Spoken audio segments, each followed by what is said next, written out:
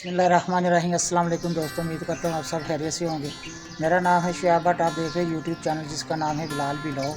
तो आज इंशाल्लाह ताला हम वीडियो बनाएंगे इन्फॉर्मेशन, जिससे आपको पता चलेगा भी आप लैंडर के अंदर आप बिजली के पाइप किस तरह डाले जाते हैं अंडरग्राउंड।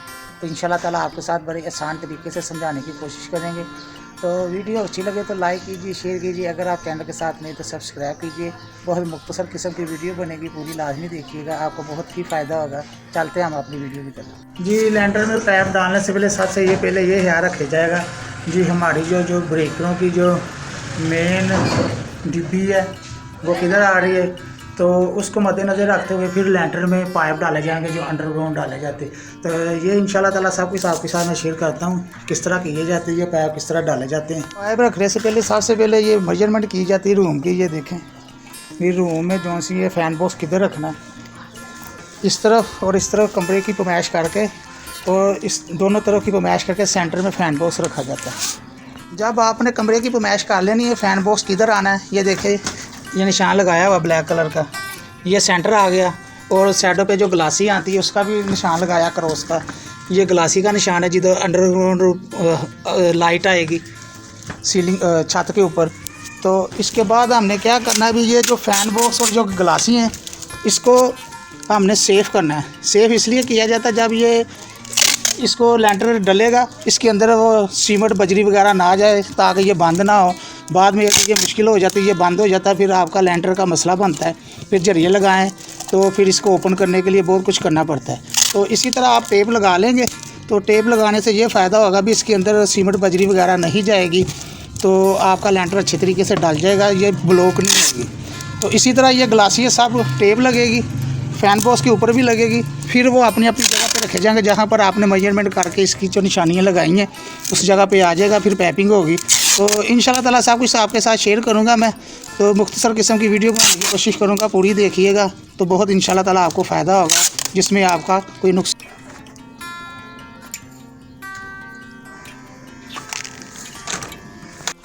जी ये देखे पैपिंग हो चुकी है, तो इंशाल्लाह ताला मैं आपको समझाता हूँ। सबसे पहले हम शुरू करेंगे जिधर से हमारी मेन वायर आनी है इन फ़ैन बॉक्सों के अंदर।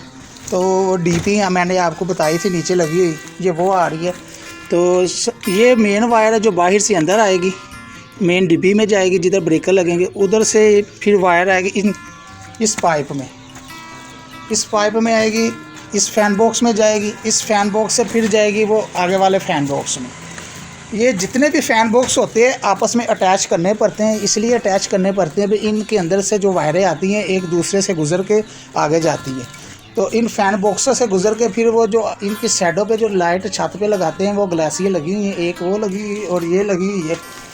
तो इन फ़ैन बॉक्सों से होकर इन ग्लासियों में जाएगी। फ़ैन बॉक्स से होकर अगर आपने साइडों पे जो पाइप तारे दी हैं लाइट के लिए, ये देखिए ये डाउन की हुई है, इस तरह साइडों पे डाउन होगी, एक वो डाउन की है, इसी तरह ये साइडों पे डाउन की जाएगी। एसी की वायरें जितना भी जो कुछ भी होगा इसके अंदर से गुजरेगी इंशाल्लाह ताला। तो एसी के लिए ये कनेक्शन छोड़ा हुआ है, ये देखें ये एसी के लिए पाइप पहले डाला है ताकि वह लैंटर के ऊपर बिल्कुल सही तरीके से आ जाए, ताकि ये बंद ना हो। तो ये तो तरीक़ाकार होता है जी, पैपिंग करने का पूरा नक्शा बनाना पड़ता है। फ़ैन बॉक्स में जो पाइप आएगा वो साइडों पे जो डाउन करनी है, लाइटें जो दीवारों पे लगेगी वो कैसे लगनी है, वो साइडों पे डाउन करने के लिए इसी तरह इस्तेमाल किया जाता है ये पाइप।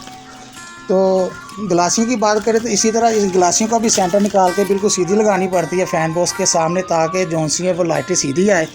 2 लगानी है 4 लगानी है वो आपकी मर्ज़ी होती है। इसी तरह ये दूसरा रूम है, इसकी भी इसी तरह सेंटर में फ़ैन बॉक्स, उसकी साइडों में लाइट के लिए ग्लासियाँ लगा दी गई है। और ग्लासी को बंद इसलिए किया था भी इसके अंदर सीमेंट वगैरह ना जाए, पापा को मुंह बंद किए थे भी इसमें जो सी ना बाद में प्रॉब्लम नहीं होती। तो बात हो गई जो हमने रूट बनाया पाइपिंग जाने के लिए, क्योंकि फ़ैन बॉक्स के साथ दूसरा फ़ैन बॉक्स लाजमी, जितने भी फ़ैन बॉक्स लगेंगे वो आपस में अटैच होते हैं। तो अटैच इसलिए होती है इनके अंदर से वायरें गुजर के साइडों पे जाती है, जहाँ जहाँ आपने लाइट का पॉइंट दिया उधर जाती है। तो अगर बात करें हम पाइपों की, इसमें पाइप कौन सा इस्तेमाल होना चाहिए, इसमें पाइप इस्तेमाल होना चाहिए वो एक तो ये सस्ता भी है और फ्लेक्सिबल भी है। जब आप लैंटर डालते हैं इसके ऊपर से जो रेडियाँ गुजरती हैं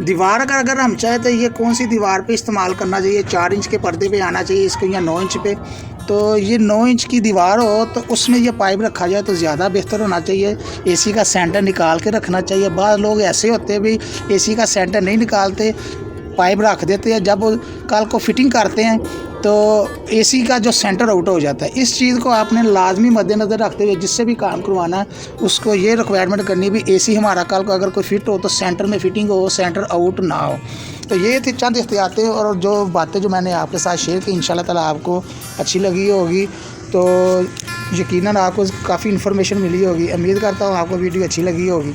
वीडियो अच्छी लगे तो लाइक कीजिए, शेयर कीजिए। अगर आप चैनल के साथ नहीं तो सब्सक्राइब कीजिए। मिलते हैं इंशाल्लाह ताला अगली नई वीडियो में एक नई टॉपिक के साथ। अपना ख्याल रखिएगा। अल्लाह हाफिज़। पाकिस्तान जिंदाबाद।